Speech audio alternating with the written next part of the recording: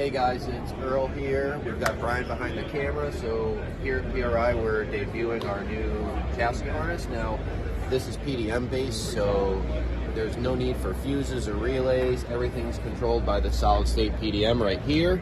Now, this is going to have options for S13 and 14 to use your factory stalks, or you can use items like this CAN keypad, or you could use analog switches if that's your idea. So we'll just go over some functionality of it. We've got headlights, they turn the parking lights on as well. We've got high beam, we've got 2 turn signals, 2 fan controls.